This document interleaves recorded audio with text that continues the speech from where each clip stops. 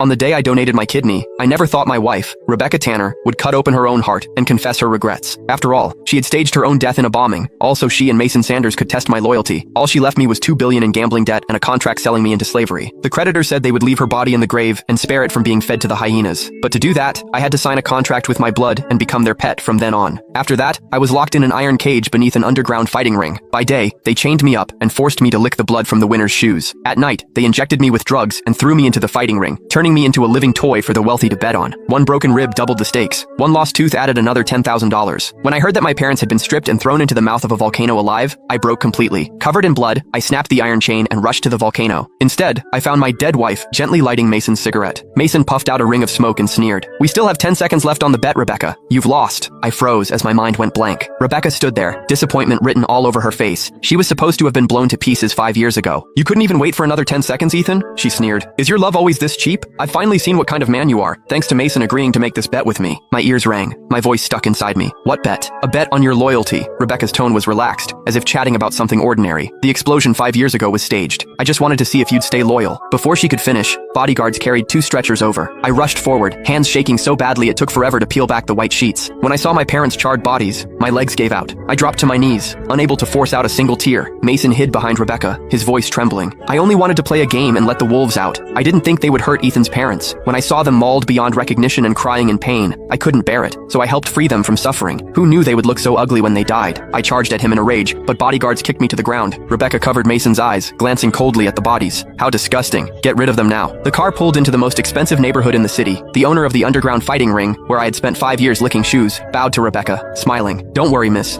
Those 2 old husks have already been thrown into the volcano. Not even ashes are left. Nothing will be traced back to Mason." I turned to run outside, but Rebecca grabbed me. "They've already been burned to ashes. What else do you want? Are you trying to disgust Mason on purpose?" Every drop of blood went cold. I looked at the face I knew so well and no longer recognized. "Did you arrange everything over the past 5 years?" My voice trembled. "Did you kill my parents too?" She pushed me away, taking out a wet wipe to clean her fingers one by one. "It was just a bet. You shouldn't have played if you couldn't handle it. If Mason hadn't taken pity on you, you wouldn't even have the right to stand here." A smile appeared on my face. I laughed until my whole body trembled.